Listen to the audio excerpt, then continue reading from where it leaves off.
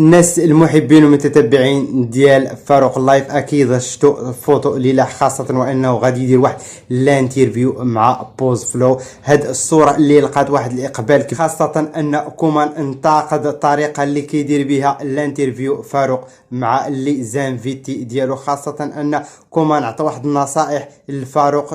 بغينا نشوفوا هو الهضره ديالو، الافكار ديالو، واش داكشي كيترفليتا غادي الانترفيو مع فاروق.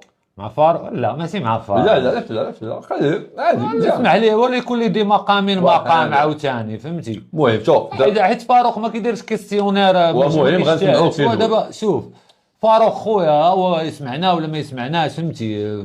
فاروق رجوله اللي بغيتي، ولكن اجتهد شويه. الاسئله سطحيه بزاف، كتخلي لانفيتي ياخذ راحته ويطلق الهيلمان ديالو، يجدد.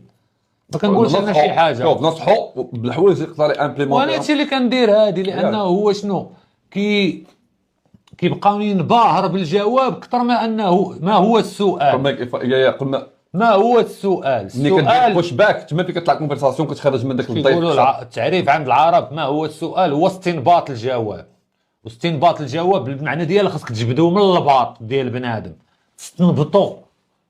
واش فهمتيني؟ هذه هي الفكره اللي كنقول لك اخويا فاروق، يعني استنبط لي الانسان دوك المعلومات كنعرفوهم. حاول انك تعرفنا بلوس، بحال هادشي اللي هضرنا عليه. واش علماني؟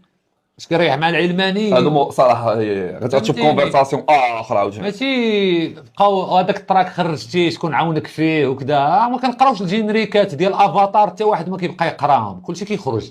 راهو على الافلام حتى واحد ما كيقرا الجينيريك ديالو. نصح انا كنصح هكا طريقتي في النصح، فيها البوست، فيها الطاقه. دابا انت جيتي للمنبع بوان داكسي، حيت كنت باغي انا اللي ندوي معاه ماشي الاول. حقت حسدت فوز يقدر دير شي جلسه انت وياه تجي مقوده الصح. حسدتك فاروق، حسدتك من الاخر، حسدتك. حضيت الدر، حاول دير لي خاطر ولا نقولها الصراحه. شوف علاش ما كنتصالحوش مع دوك المشاعر الخايبه اللي فينا؟ راه تا هما ديالنا، كنحقدو كنحسدو كنكذبو ياسر، ولكن باش تعبر عليها تصالح مع جانب الظل ديالك، هذا تعرف راسك شكون ديك الساعه.